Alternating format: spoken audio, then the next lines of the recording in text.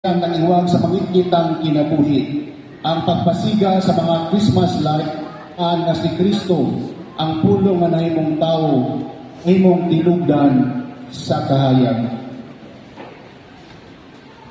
10, 9, 8, 7, 6, 5, 4, 3, 2, 1.